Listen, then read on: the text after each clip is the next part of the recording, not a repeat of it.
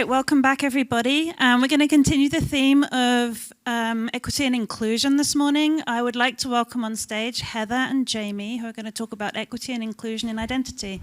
As a reminder to those online, if you have any questions, please post them in the Q&A box, and we will get to them at the end of the presentation. Thank you. Excellent. Well, everybody had a fun night last night? Is anyone questioning their life choices? Just a little bit. Just a little bit, just a little bit. So I'm Heather Flannigan. I'm the principal of Spherical Cow Consulting, and I have been an independent freelancer for about 11 or 12 years at this point, and have been working in an identity since 2000, something like that. But my biggest focus at this point is on standards development. Hi, and I'm Jamie Danker. I'm a senior director at Venable, which is a law firm. However, I'm not a lawyer. I'm part of a non-legal practice there. Many of you know Jeremy Grant. He recruited me over. I've been with the firm about a year and a half. Background, about 20 years of cybersecurity and privacy. I mostly identify as a privacy professional. 15 years in U.S. Federal Civil Service, first as an auditor, and then about 10 years at Homeland Security in various parts of the organization building privacy programs, and worked with NIST on the digital identity guidelines as one of the privacy authors. So really excited to be here to talk about this issue.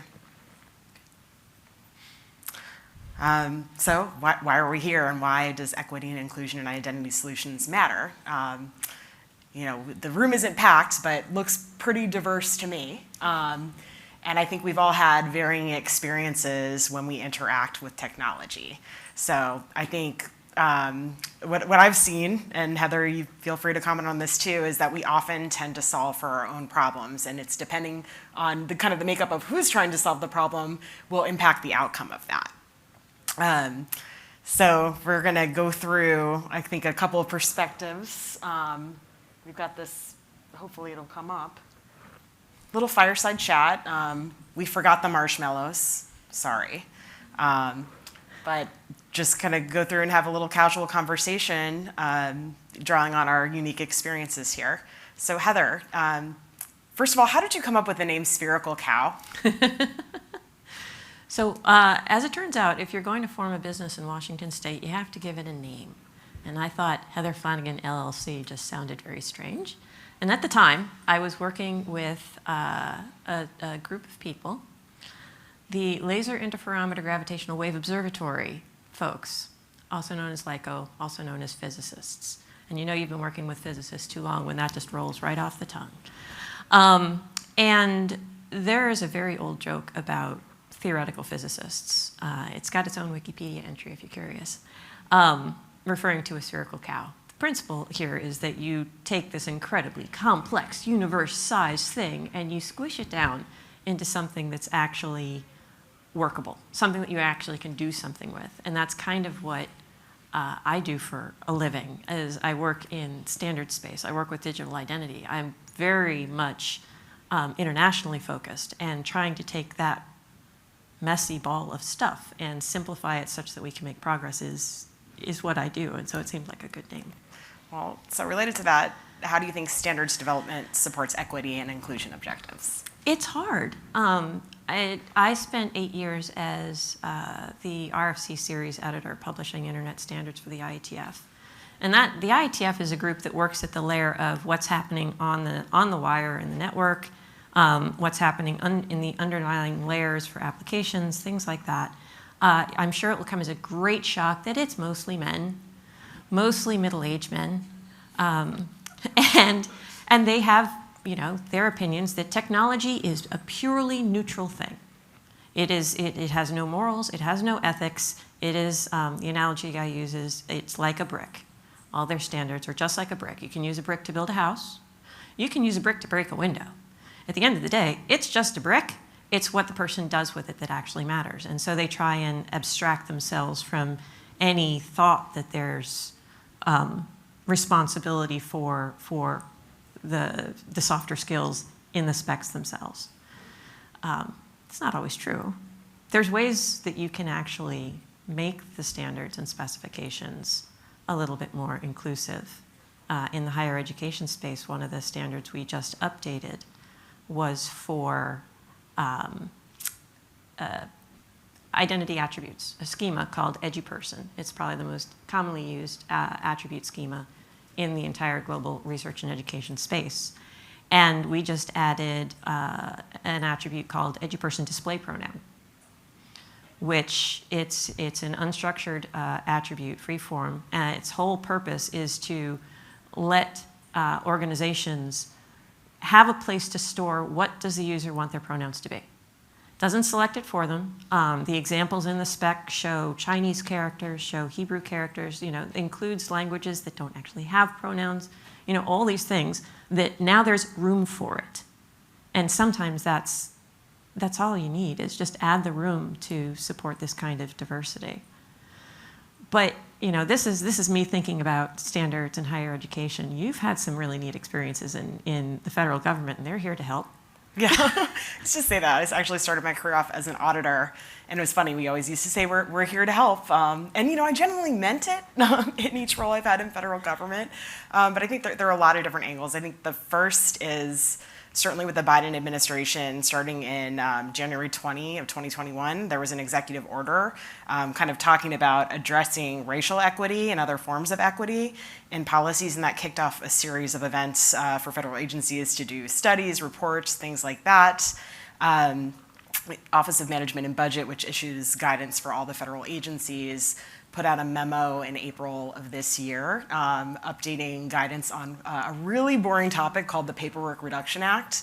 But in the federal space, every form for like a federal program you see, it's governed by something called the Paperwork Reduction Act. It has to go through administrative processes so that the government can be assured that they're minimizing the burden on the respondent and that the information has practical utility. So this guidance was interesting. I don't know it by heart. It's about 19 pages, but has a lot of different considerations to think through, like even how you design the form and kind of the equity considerations for like what is the burden you're putting on the population you're asking to fill out these forms. So I think that was like one major step there. You also see the General Services Administration, which is also a federal agency. They published in response to the executive order, basically kind of a strategic plan on how they're going to address equity. And one of them was building equitable technology solutions. Some of you may know that login.gov is one of those services that GSA offers. So it's definitely much more so on the radar. The other interesting thing I think that's going on with GSA is also published in the Federal Register. So exciting, it's great reading, guys. They just published last month, I think it was September 20th. What's related to the Paperwork Reduction Act is an information collection request. And it basically gives you a little window into how they're looking to potentially achieve these equity objectives in the design of a system. So they are talking about how they're going to recruit 2,000 to 4,000 respondents to collect certain biographic and biometric attributes in order to study and test against vendor solutions, vendor remote identity proofing solutions, to see what the outcomes are. And that's, I think, one of the areas I've always seen difficulty in the federal space. I've looked at things from a privacy angle, but you also kind of observe how programs who want to implement identity solutions really struggle to, even equity considerations aside, all the practical challenges of implementing remote identity solutions. Social Security Administration comes to mind here. You think about that's, more of an aging population. My parents are pretty computer savvy, but I don't know that they would pass the remote identity proofing process. So there are kind of considerations depending on your population. So in any event, I think this equity and inclusion study by GSA is a really interesting step forward to look at how can you actually have some real empirical data on how remote identity proofing solutions will actually operate and give hopefully program managers and decision makers just more criteria to evaluate a solution and whether it's going to work for their population. So that's one other area. And then the last thing I'll mention is the NIST Digital Identity Guidelines. NIST is here at the conference. They're working on revision 4. And they've been very clear that equity considerations are going to be part of that. Having worked on Rev 3 and privacy considerations, we had all of the specific considerations for privacy kind of spelled out explicitly, and their plan there is to have equity considerations built directly in the document. So I think lots of ways to do it, and just another privacy angle on it too. From a privacy perspective, sometimes it concerns me that we would want to collect all this data to study it. But Heather, I feel like you said it best. You can't change what you don't measure, right? It's a situation of, on the one hand, you really want to support people's privacy, and you want to know that you have done everything you can to support equity and inclusion. Great, go team. How do you know you did that? You have to collect data. Oh, collecting data is scary. Yes, and I think it also depends on your level of trust with the organization that's collecting it in the first place. Like from my early days in DHS, it was more that, I don't know, I feel like the paradigm or the pendulum kind of swings back and forth to how much you trust the government, but I feel like in my roles at DHS, I kind of operated under, people generally don't trust the government to hold their personal data, so we want to be really judicious about what we collect, store, and ensure that we have appropriate protections for it. So that's one of the things that I observe in terms of global challenge, where you think about if you're offering any kind of international services. I've perhaps shared a beverage or two with some of my friends in Sweden, and their perspective is they largely trust their government and don't understand how Americans in particular seem to trust corporations more than government. So it's a perspective of, well, of course our government's going to have their data because that's grandfather, and grandfather will take care of us. How do you build any kind of rules when the cultures themselves so deeply divide on who do you trust, what is privacy, what is okay? Yeah. I feel like I'm thinking back to the opening keynote on the concept of radical transparency, and I feel like that can maybe allay some concerns about being really clear why we might need to collect the data, but also kind of on the back end, even in the GSA Federal Register notice, they talked about collecting what I would consider some pretty sensitive attributes, but with the image capture, they even put in their notice that I think it's within 24 hours the image will be deleted. So I think there are some things you can do to, even when you do need to collect sensitive attributes, that you can minimize risk. You can use things like the NIST privacy framework. Sorry, I have to give that plug. To minimize risks regarding the storage and really kind of think through your retention policies, because you may not need to hold that data for very long. Yes, I've gotten into a couple of unpopular conversations when it comes to collecting data and encouraging the use of biometrics. And it's like, oh, biometrics, that's great. That really ties the person to the thing, and that's wonderful. And I'm like, and if you've basically converted someone's fingerprint into data in a database, and the database is compromised, they can't change their fingerprint. So you end up with some interesting risks where the closer we get to solidly, concretely identifying individual humans, there's some considerations as to, well, you kind of put them in a box that could be risky for them to stay in. Yeah. I think the only other thing, I wish we had Stephanie Schuckers on this panel as well. I don't know if anybody else had the opportunity to attend her session, but looks like their group is looking to study some of these issues, and it will require the collection of data. So I actually had a chance to chat with her of well, how do you recruit participants to do this? And I guess studies have IRBs and processes to ensure that the data is only used for that specific purpose. One of the things I'm literally just starting to work on is a white paper on government-issued credentials and the privacy landscape and how those impact each other. And one of the bigger concerns is we talk a lot about that point of logging in, that point of authentication, when, okay, we've got all the privacy-preserving technologies that we could possibly want because we love FIDO. But what happens next? what happens downstream where either the identity provider or the RP now can slowly collect data over time, and there's nothing to make them get rid of it. And so suddenly the correlation happens, and you've got all the privacy preservation up front, but it doesn't ongoing apply. And is there anything that technology could actually do about that? Interesting topic. Maybe someone here has a solution. Find me. I want to have that conversation. Well, hang on. I'm trying to advance to the next slide here. No next slide for you. There we go. Okay. Well, Women in Identity did sponsor this session, so I think this definitely a true quote. Very true.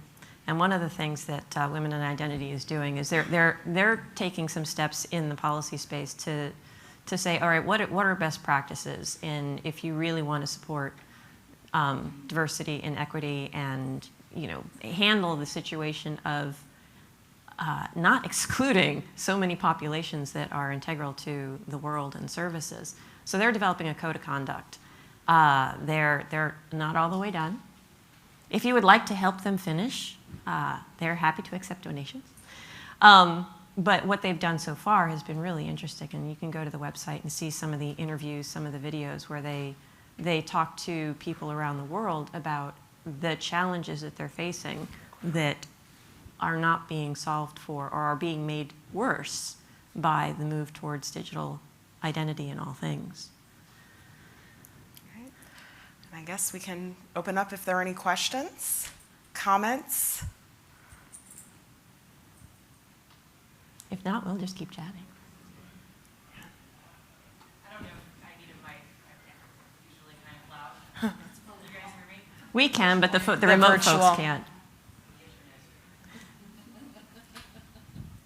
Hi, my name's Siobhan.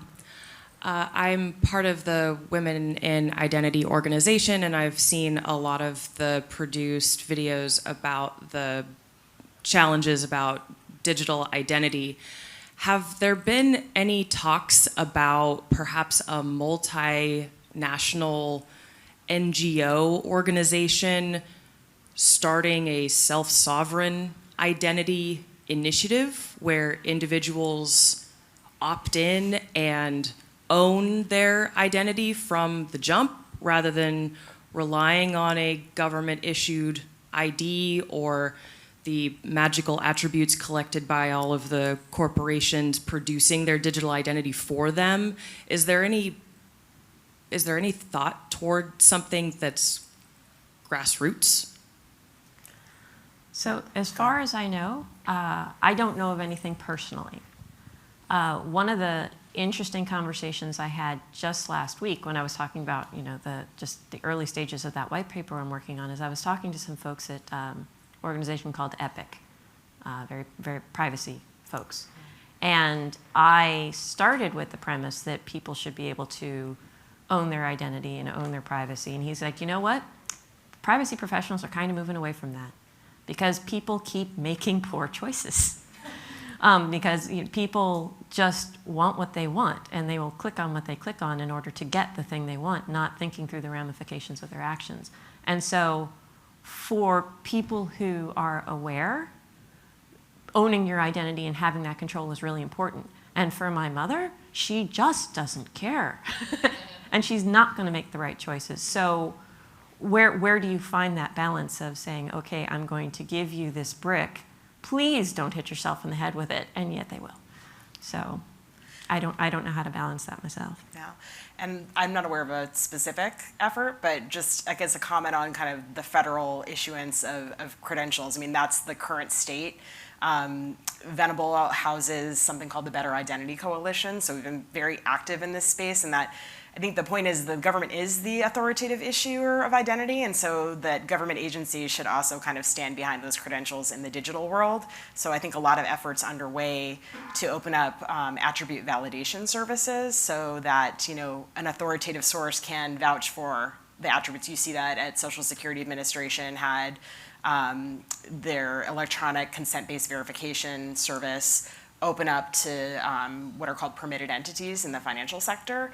So that took an act of Congress, but I think we'd like to see that happen at other agencies that are the authoritative issuers, or they're the authoritative source, because that's, I think, the most important thing when you're doing verification is to go to the authoritative source. So while government remains the authoritative issuer, we should be able to open up those attribute sources for validation. Other questions?